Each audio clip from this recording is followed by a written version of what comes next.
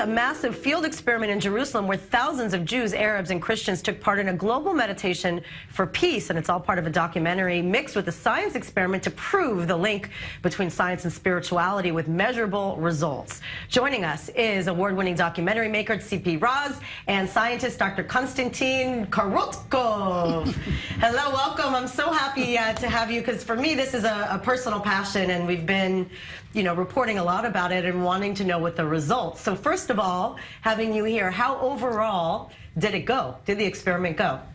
So it was 9,000 people all over the world. I think it's much more than this. And Lynn McTaggart led the experiment by internet.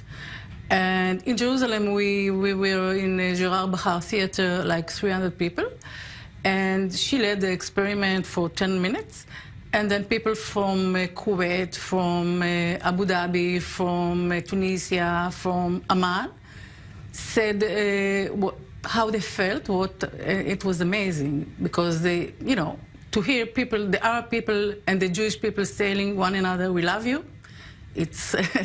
It was really something. Are you yourself someone who meditates? Like, why did you decide to make this documentary, which is really an amazing idea? Yeah, it's a long story. I think we don't have the time. If you tell me, you have to kill me. Yeah. But I had you call it a near-death experience. So, and before this experience, I believe in only what I see, what I touch, what I feel.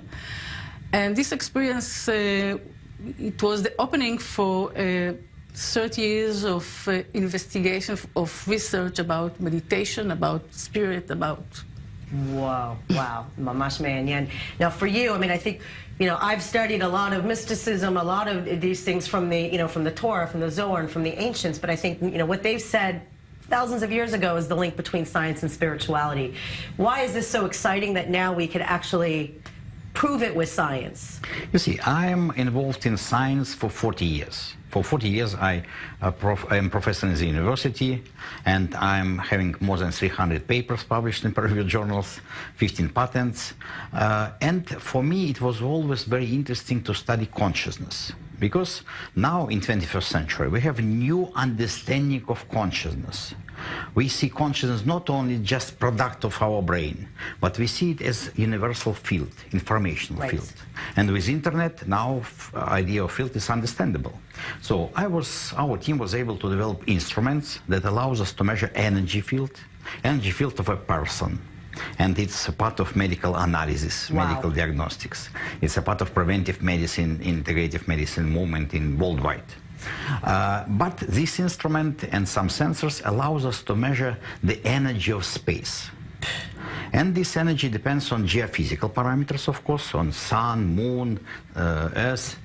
So we use it in geophysics, and it depends on human consciousness. That is very important. So what is this, so from this experiment, did it meet the expectations? Like, what were you able to discover?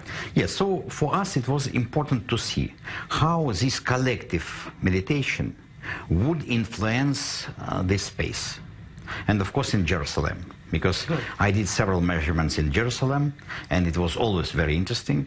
And this time we did measurements before, in one part of the city, and then just in another part of the city, just in the process of this meditation. And it was statistically significant difference. Wow. And what's important, Tzipi showed me results of other instruments. It was same effect. So during this collective meditation, when it was hundreds and thousands of people meditating together for peace, the energy, all parameters of measurement, parameters of environment, this increased.